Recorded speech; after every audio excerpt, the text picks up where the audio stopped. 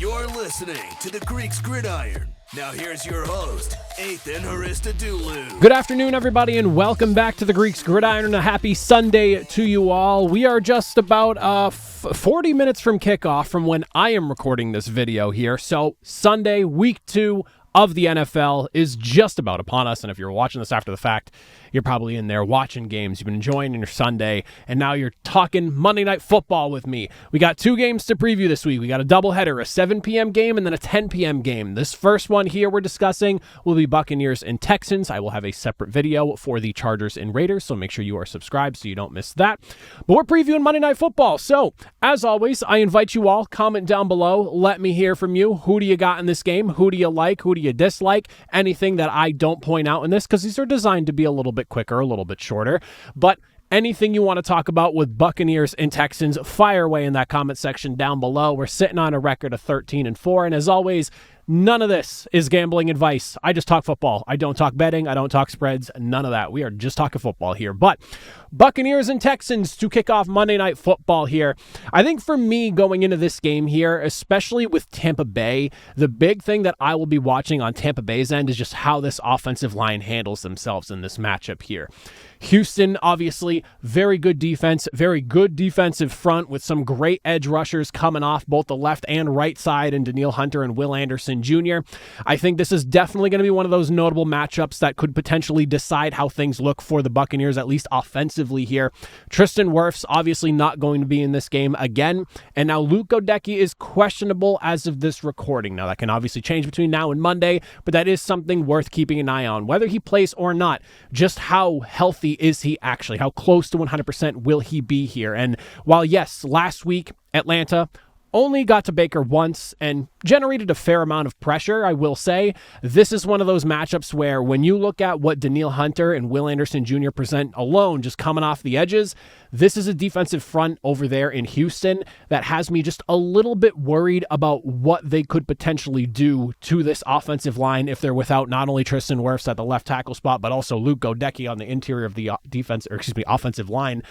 It's one of those things that, again, I think could really dictate what we see from this offense in Tampa Bay and just how effective they're able to be through the air. It was not necessarily the most lights out performance from Tampa Bay last week. They definitely went through some ups and downs going through the duration of that game with Atlanta, ultimately coming out on top with a beautiful strike from Baker Mayfield to Emeka Egbuka to give them the lead. But they ultimately ended up winning that game on a missed field goal. So it was tight. The offense didn't put up a ton. And I would say that for what it's worth, I think I like Houston's defense a little bit more than Atlanta. So a lot could go wrong with this offensive line if they're not healthy and they're not able to withstand, especially just those 2 guys coming off the edge in Anderson Jr. and, of course, Danielle Hunter. On the flip side, looking at Houston for this one here, I really want to see them try to commit to the ground game a little bit more to help out CJ Stroud. One of the big things that I was concerned about with Houston coming into this game, this season rather, and even in this game as well, but coming into the season was just how this offensive line was going to look when it comes to protecting CJ Stroud. They were abysmal last season. CJ Stroud was getting sacked for 4+ sacks in a game multiple times last year.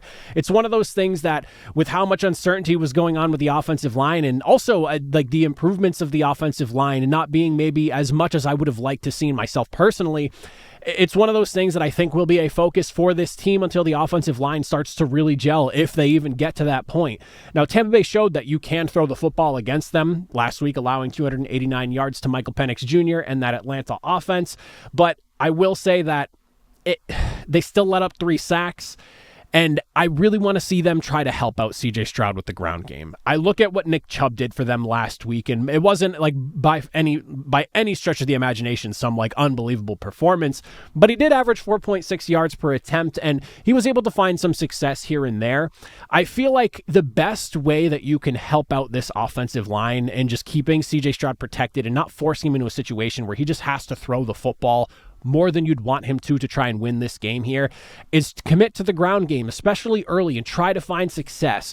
The jury's still out on what exactly the run defense is for Tampa Bay as it currently stands. They had a pretty good game against Atlanta last week, but I think that's one of those things that it's still early. You're not 100% sure, and if you want to slow down the pass rushers of Tampa Bay, maybe make them think just for even like a split second what might actually could be coming, try getting the ball into the hands of your running backs, Nick Chubb especially, who again looked pretty good last week. I wouldn't say it was an outstanding performance by any means, but force them to second guess where the ball is going. Just commit to the ground game early, opens up for you to be able to use the play action. And once you're doing that and those pass rushers coming off the end need to kind of, take a second to figure out where the ball's actually going, you can set yourself up for some really big success here. But I just don't feel like the way this offensive line is currently playing, that if you're just dropping CJ Stroud back 35 times in this game, that you're going to end up coming out victorious. Like, CJ Stroud's a great quarterback, don't get me wrong, but my concern is solely with that offensive line and just their ability to actually protect CJ Stroud. And there's nothing so far that we've seen through this first week of the season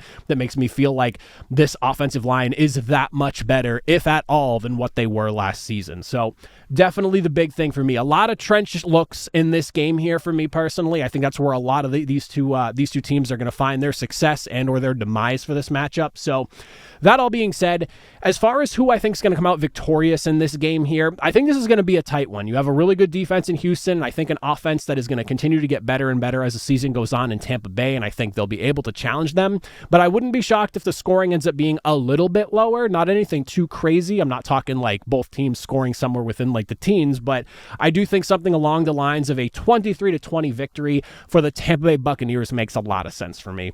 I like the Bucs a little bit more than I do Houston right now. The offensive showing that Houston had against a good defense in Los Angeles last week was definitely one that left me a little bit uninspired. So as it currently stands right now, I think Tampa Bay has a little bit more in the tank. Now, obviously, with this one being in Houston, maybe that works in their favor. But as it currently stands right now, I think Tampa Bay is the better team, and I think they should get the W in this one. So give me Bucs 23-20, well-fought contest, but ultimately a big W for Tampa Bay to start the season out 2-0.